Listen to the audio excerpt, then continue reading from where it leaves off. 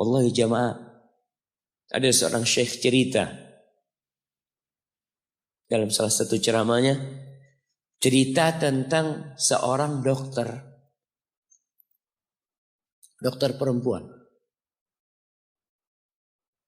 di sana, di Arab sana. Ada seorang anak lelaki bawa ibunya. Bawa ibunya masuk ke dokter ini, subhanallah. Ibunya ini gila. Anak-anak muda, belum nikah. Dia bawa ibunya. Nanti ibunya tersenyum sendiri, ketawa sendiri. Masuk ke ruang dokter itu, mejanya dokter diputerin sama ibunya. Anaknya minta maaf, ya dok, kata dia. Sekali-kali nanti ngeliat di televisi dokter itu, ada gambarnya Ka'bah. Ibunya ngomong, nak kau, bukan nak ngomong, kamu bohong Mat. Mat kau bohong sama ibu. Katanya mau dibawa umroh ibu, kata dia. Nanti diludahin anaknya, digigit anaknya. Nanti kerudungnya ibunya terbuka, dipasangin lagi.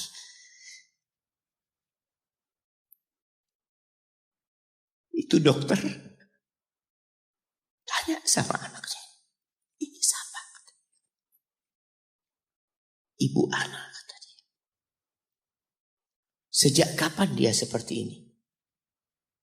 Sejak lahir. Loh, terus gimana engkau bisa lahir? Iya, sama kakek ana, ibu ana dinikahkan. Tapi 10 bulan diceraikan. Ya karena seperti ini Pak. Ana lahir dari rahim ibu ana. Dan seperti ini kan? Iya, kata dia. Engkau berbakti sama dia, kata dia. Dia kan gak kenal sama engkau. Iya, dia gak tahu sama ana. Tapi Allah tahu kalau dia ibu ana kan. Allah tahu kalau dia ibu ana. Ana harus berbakti. Ditanya, ibumu sakit apa? Ibu kena gula, kata dia. Setelah dikasih resep, itu dokter cerita, pasiennya keluar, ditutup pintunya. Dokter ini nangis. Dia mengatakan, ana sering dengar ceramah tentang birrul walidain.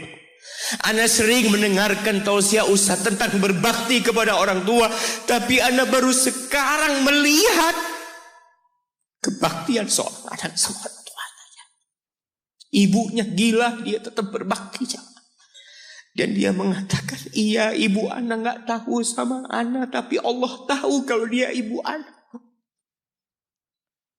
Dan yang ngasih wasiat supaya kita berbakti sama orang tua itu Allah jemaah. Apapun yang dilakukan orang tua kita.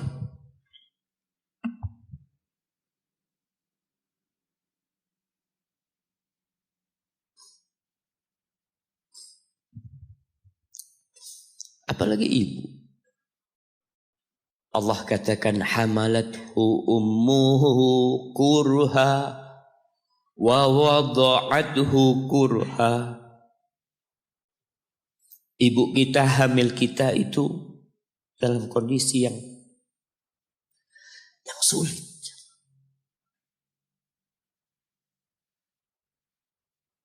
Ada ibu yang harus bed rest demi anaknya lahir.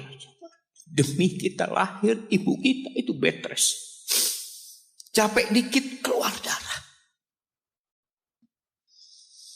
Ada yang harus hamil kita dalam kondisi dia ditinggal sama suami. Dia harus cari nafkah sendiri. Ada yang harus muntah-muntah demi kita. Allah. Lalu kita berdiri buat ibu kita. Capek. Diceritakan seorang. Ya kita semua tahu ceritanya. Tentang 3 orang yang masuk ke dalam gua. Kemudian gua itu tertutup dengan batu yang menggelinding. Lalu mereka bertawasul dengan amal soleh mereka. Salah satunya yang mengatakan, ya Rabbi, Allahumma, ya Allah, aku punya 2 orang tua. Aku punya 2 orang tua. Yang aku senantiasa memberikan susu kepada keduanya sebelum keluarga yang lain minum susu. Dia sudah menikah, dia punya istri, punya anak. Pada suatu hari, ya Allah, aku kejauhan cari rumput. Sehingga aku balik dalam kondisi orang tua sudah tidur. Maka aku pereskan susu buat keduanya, ya Allah. Allah tahu, tapi dia mau cerita sama Allah. Dia ingin tawasul dengan amal soleh dia.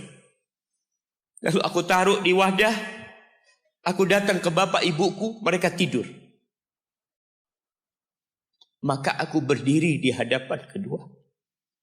Jamaah, bukankah bisa dia taruh di sebelah meja ibunya susu itu? Dia ambilkan meja, taruh di sana, dia bisa tidur. Dia sudah berbakti sama orang tuanya dengan seperti itu. Tapi anak ini tidak. Aku berdiri, ya Allah, aku gak ingin membangunkan keduanya. Dan aku terus berdiri, aku pegang itu susunya. Sampai mau subuh bangun, aku serahkan kepada kedua. Anak-anaknya nangis minta susu. Kata dia, lah, sampai bapak ibu aku minum. Kalian jangan minum. Kita kadang-kala sudah menikah lebih peduli sama istri kita. Lebih peduli sama anak-anak kita. Nggak ada hadis yang mengatakan anak itu pintu surga, jemaah. Yang ada itu orang tua pintu surga. Kita peduli sama anak-anak kita. Beli oleh-oleh buat istrinya. Ditelepon istrinya mau apa, kepingin apa. Pernahkah engkau telepon ibumu? Tanya, Umi kepingin apa, Umi? Ana lagi dalam perjalanan, Umi. Jamaah, itu anak, Masya Allah, dia berdiri. Kenapa dia kuat, jamaah? Karena dia tahu Allah yang nyuruh dia berbakti. Mungkin tidak ada yang melihat berdirinya dia, tapi Nabi ceritakan berdirinya dia. Dari malam jamaah sampai pagi. Berapa jam dia ingat, ibuku hamil aku 9 bulan.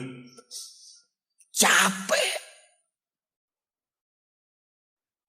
Ana semakin tahu dengan tugas besar seorang ibu dan pengorbanan seorang ibu. Setelah Ana menikah. Setelah Ana tahu bagaimana istri Ana hamil. Ketika dia harus tidur gak enak. Makan muntah. Muntah aja Ana melihat istri Ana sampai lemas dia. Ana ingat begini ibu Ana hamil. Lalu kita lupa jemaah. Kita sok sukses. Mungkin engkau lebih sukses dari orang tua. Tapi kalau enggak ada bapak ibu, engkau enggak akan pernah lahir di muka bumi. Allah ceritakan ibunya hamil dia. Wa wada'athu kurha. Dan melahirkannya dalam kondisi sulit. Kadangkala perut ibu kita itu disobek. Demi kita keluar dari perut ibu kita. Antum meninggalkan luka di ibu. Itu dijahit. Kalau antum anak ketiga, Allahu Akbar. Berapa kali dibelah perut ibu kita coba. Tubuhnya jadi jelek gara-gara kita.